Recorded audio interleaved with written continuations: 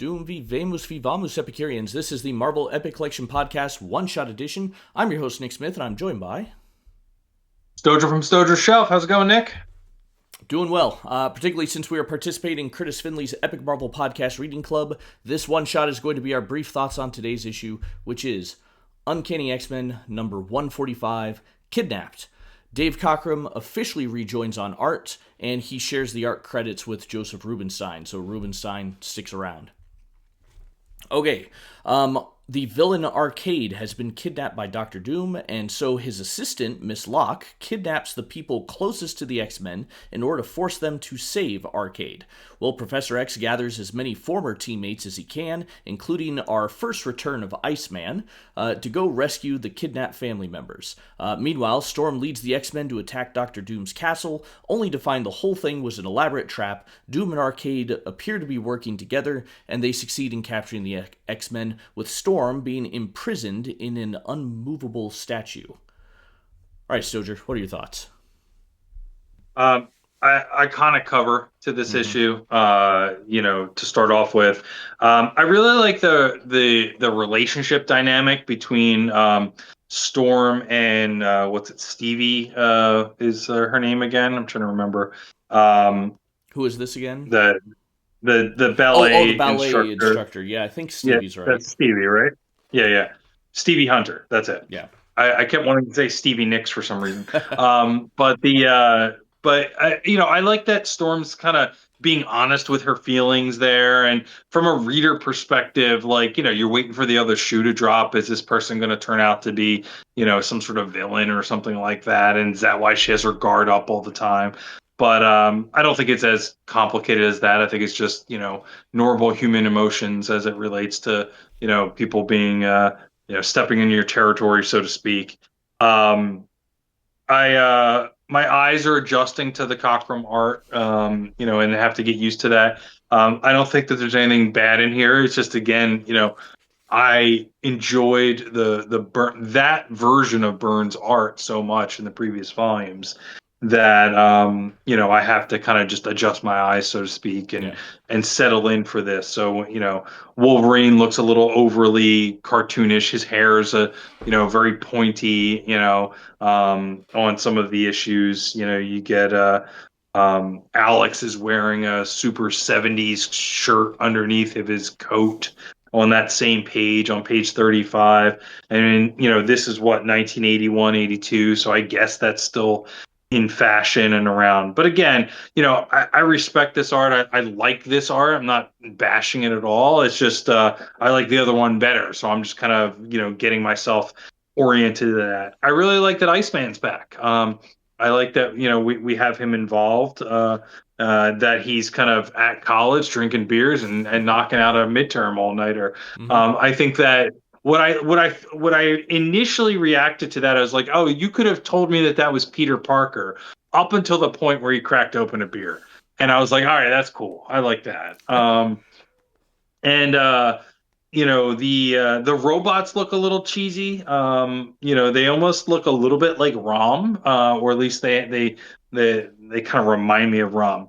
But I will forgive any of those quibbles, because this book has what I love the most about Doom, is that he will torture you, he will capture you, he will, act like a pompous ass and know it all in front of you. But he will feed you the best meal you ever had and sit down and have a nice dinner with you while he's doing it. And there's something about that, the Vader scene from Empire Strikes Back. Maybe that's what's been ingrained into me. But I love that, he does diplomacy over a 7-course meal. And I hope the movies to have this at some point. I love the fact that this never ends. In fact, Storm, I mean, this isn't really spoilers, but Storm has her own comics right now, and she meets with Doom during the One World Under Doom storyline, and they sit down and have dinner together. And I love that. I love that this never ends. The Richards, the Fantastic Four, Reed Richards and his wife Sue Storm, are his mortal enemies. They sit down and have regular dinners together. And so that is, you know, just something I love about this character. It makes it more complex. He is not a one note villain. And the fact of the matter is, he doesn't really know who the X Men are, and they don't really know who he is, which feels a little odd being, in Marvel continuity for 20 years and things like that. But they haven't really interacted that much, if at all. So he sees them as these annoying children, and they see him as just another villain. And they both learn along the way that they're not exactly what they thought of each other. And I think that Doom has a mutual respect of Storm, or an attraction to Storm, that lasts to this day. I mean, he could probably just give or take all the rest of the X Men and just kill them right away. But Storm, he's got a thing for Storm. And I don't think that ever ends. And that is this is the first time you see that. So I Yeah. think it's pretty cool. And I'll end with this. I think, the next issue goes into this in more detail, but, it is this is Storm's nightmare, right? To be locked into an immovable spot. I think it would be anybody's nightmare, but especially hers with her claustrophobia. What Yep. were your thoughts? Yeah. Having Doom as a villain is always fun. Him treating her to a dinner, I think that was handled. It felt like it was handled better in this one than in Volume 5 of Fantastic Four when we read that. That felt a little more awkward. This feels more natural. More of that kind of, he's suave, knows himself, can handle himself, and so forth. He's not quite the cackling villain here, right? So the twist of Arcade working with Doom is maybe not that surprising, as we kind of get a hint of that from Storm as she's checking on their kidnapped friends, and she wonders how they could have been kidnapped so easily. Well, we saw Arcade already kidnap the X-Men super easy in a previous volume, right? And speaking of Storm, since she's kind of the main character in a lot of this, I like the implication that her sudden rush to find, check on the people who supposedly have been kidnapped, her rush to do that creates this massive storm, and that storm seems to be responsible for why the Arcadia sank, right? Or at least that's how I read it, because the Arcadia, freak Yeah, storm that was a throws it over. quibble of mine, though. I wish they would have shown that. Yeah, Like, they talk about it after the fact, but I had to kind of like rack my brain. Like, why is he on the shore? Like, like he wasn't even on the boat when we last saw. Well, he was on the little speedboat to go out to the boat or whatever. But yeah, I think that is very cool. I wish they would have shown the ship sink, though. yeah, it's not explicitly said, right? You kind of have to read in between the lines on that, and so yeah.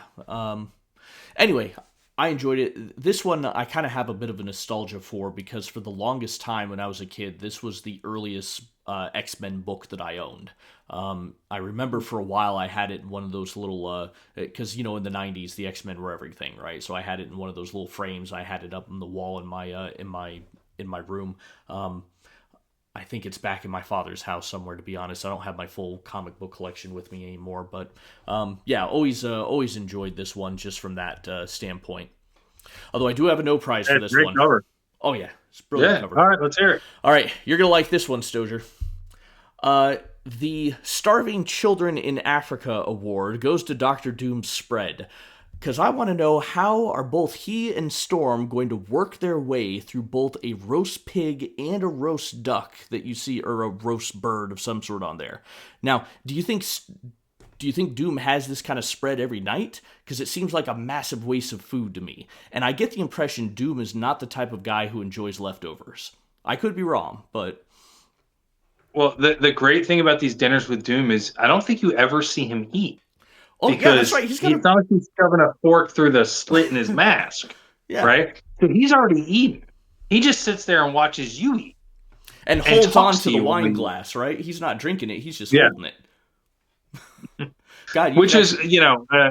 which is great because I don't know if we talked about this before, so stop me if we did, but there's an issue of Savage Avengers where he sits down with Conan, I don't know and if we have. because Marvel had the license for Conan, Mm-hmm. so they did Savage Avengers in 5-10 years ago, and Doom and Conan sit down and have one of these dinners, and Conan starts to eat, and he's like, why aren't you taking off your mask? And he's like, well, I was injured and I was scarred. And he's like, oh, okay, you're vain. So then Doom just takes off the mask, but in perfect fashion, you don't, as the reader, see him. Conan sees him, and so he takes off the mask and he starts eating with Conan because he's not going to be called vain in front of Conan. So yeah, that they do that meal thing and have him eat with them at that point in time. Yeah. Um, Guys, speaking of that, I think is there a Savage Avengers omnibus? No, I think there is. Yeah, I'm not entirely sure, but I think there is. Okay, Yeah. yeah, I don't necessarily want to branch out into omnibus, but if I can't find it in anything else, I will. And since they don't have the license to Conan anymore, I doubt that's going to get reprinted in Epics or anything. I might need to track that down.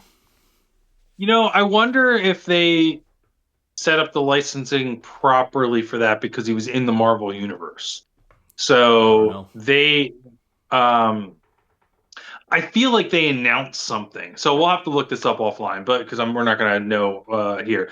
But when I say there's an omnibus, I feel like it's like either recent or announced. Hmm. So I could be wrong. Yeah, I don't I've know. been known to be wrong from time to time. Don't tell Well, my wife. we'll figure it out on our own. Oh, whoops. I did not get the ending slide put together for this one. It went straight to the ratings. We're not doing that because we're not done with the volume yet. All right. We're going to stop here, obviously. We will be back tomorrow with another one shot, or at least if we plan this right, we will. Might be mixing things up a little bit because, again, I'm going to be traveling with the break coming up. I think Stojr and I, we are planning on just kind of recording our own thoughts and we'll mash them together, but we'll hopefully keep this going so we have something each day. I'll admit I'm a little sad about that because I think the conversation is good. That's what I like, but it comes out of necessity because of events. It's just this time of year, right? Yeah, yeah, Well, we'll work it out, and then we'll be back together. Before or in 2026. yep, So absolutely. All right. Well, thank you very much, Sojer. Thank you guys for tuning in, listening, watching, however you are finding this. I'll do the classic podcast YouTuber thing. Click like, subscribe, share it with your friends, tell your mom. Tell her we're handsome. She'll appreciate that. My mom would appreciate that because she doesn't believe that. We will be back next time, tomorrow, and we're going to read, rate, and review a full Epic Collection trade paperback in January. That'll be Daredevil Volume 8. And yeah, just keep tuned. We'll be back with more. have a good one.